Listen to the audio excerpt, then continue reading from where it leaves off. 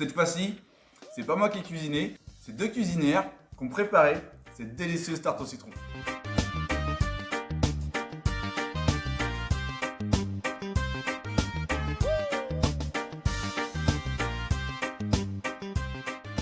Bonjour et bienvenue pour cette nouvelle vidéo de tuto de cuisine. Aujourd'hui je suis en compagnie de deux cuisinières, j'ai de la chance. Je te laisse te présenter. Je m'appelle Waria. Ok. Et on est aussi en compagnie de Afida, mais qui ne souhaite pas être filmée et diffusée sur nos réseaux, donc elle va être là pour préparer la recette du jour. Qu'est-ce qu'on va faire aujourd'hui comme recette? Une tarte au citron. Une tarte au citron. Ok, on vous présente tout de suite la liste des ingrédients.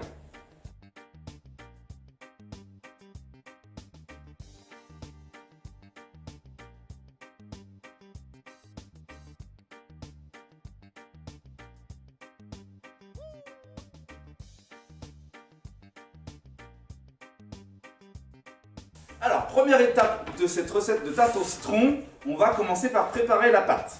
Donc Ouria, elle est en train de découper des petits morceaux de beurre pour que ce soit plus facile à pétrir. Dans un saladier, on va mélanger le beurre, l'œuf en entier et le sucre glace avec le sachet de sucre vanillé. Et ensuite, on ajoutera la farine. On vous montre tout de suite à quoi ça ressemble. Et surtout, n'oubliez pas de préchauffer votre four à 180 degrés. Et voilà le résultat après avoir mélangé le sucre glace, l'œuf, la farine, la cuillère à café de levure et le sachet vanillé. On obtient cette belle pâte qui doit être au final douce. On va passer maintenant à la deuxième étape. Deuxième étape de cette préparation de la tarte au citron. Il va falloir étaler la pâte afin de la mettre dans un moule. Nous on a un moule mou, mais vous prenez un moule à tarte chez vous. Et ensuite on va mettre directement la pâte au four pendant 15 à 20 minutes, à peu près. Et voilà le résultat après avoir étalé la pâte dans le moule. Ouria a piqué, comme on peut le voir, la pâte, c'est pour éviter qu'elle gonfle dans le four. Et maintenant on va la mettre tout de suite 15 minutes pour pré-cuire la pâte.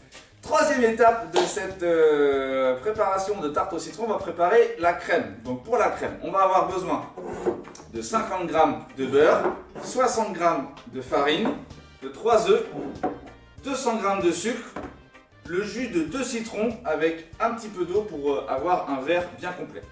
On vous montre tout de suite comment préparer maintenant cette crème.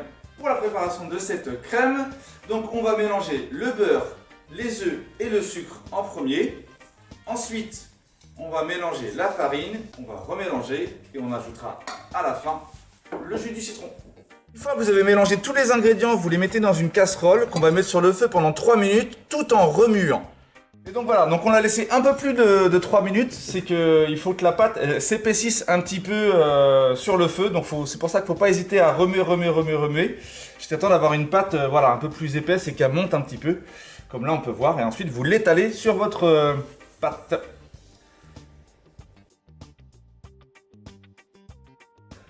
Alors, dernière étape de cette recette de tarte au citron, ça va être de monter les blancs en neige. Donc, du coup, on va séparer le jaune des blancs. Les jaunes, on n'en a pas besoin. On va garder simplement les blancs qu'on va mélanger après avec une pointe de sel. Si vous avez un batteur chez vous, c'est mieux. Sinon, il va falloir le faire à la main. Et là, vous allez travailler votre poignet et votre bras.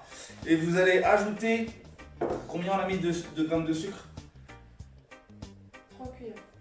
Ça fait à peu près 50 grammes. On a fait 3 cuillères à soupe de sucre que vous allez ajouter en 2 fois. Alors, on va vous montrer tout de suite à quoi ça ressemble. L'idée pour bien monter les blancs en neige, ça va être de casser les blancs. Et vous voyez son geste, ça va être d'amener de l'air pour que les blancs puissent monter.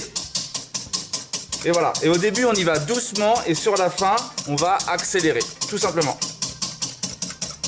Une fois que vous avez terminé de monter vos blancs en neige, vous avez 2 manières de savoir si les blancs sont bien montés. La première, ça va être de renverser votre plat et si les blancs restent bien au fond, c'est bon. Sinon, en soulevant votre fouet, vous avez ce qu'on va appeler un bec de lièvre. S'il ne tombe pas, s'il reste accroché au fouet, c'est que c'est bon.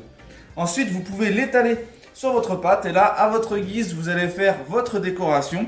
Donc là, simplement avec une cuillère, Ouria a essayé de faire des petites vagues, enfin voilà, des petites décorations. Mais si vous avez une poche à douille aussi, c'est tout aussi bien pour faire ce que vous avez envie de faire. Et donc là maintenant on va passer la tarte au four en mode grill pour dorer un peu plus cette meringue. On vous montre tout de suite à quoi ça ressemble.